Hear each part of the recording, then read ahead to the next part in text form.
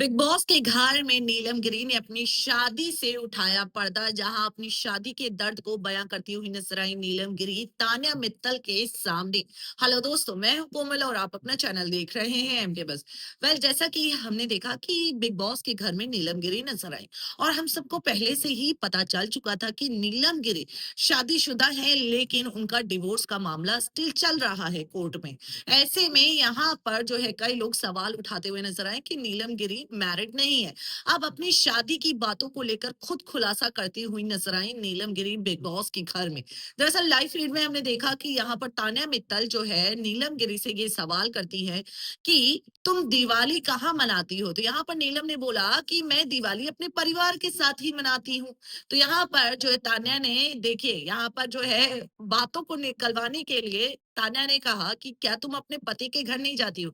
आप तान्या मित्तल को कौन समझाए कि कितना इलॉजिकल क्वेश्चन है। जब डिवोर्स की बात चल रही है तो ऐसे में वो दिवाली मनाने अपने पति के घर कैसे जा सकती है। लेकिन ये तान्या मित्तल है, हम भूल कैसे सकते हैं। फिलहाल यहाँ पर नीलम गिरी ने कहा कि मैंने उसके साथ कभी दिवाली सेलिब्रेट नहीं की है और मैंने जो है उसके साथ शादी करके अपनी जिंदगी का सबसे गलत फैसला लिया और मुझे रिग्रेट होता है। आज भी अगर मैं याद करती हूँ तो मुझे बहुत ज्यादा परेशानी होती है, मैं खुश नहीं रह पाती हूँ, मैं उदास हो जाती हूँ। इसी के साथ यहाँ पर नीलम ने ये भी बोला, क्योंकि ताना ने पूछा कि भाई ये अरेंज मैरिज थी या लव मैरिज। तो यहाँ पर जो है नीलम गिरी ने कहा अरेंज मैरिज नहीं थी, लव मैरिज ही थी।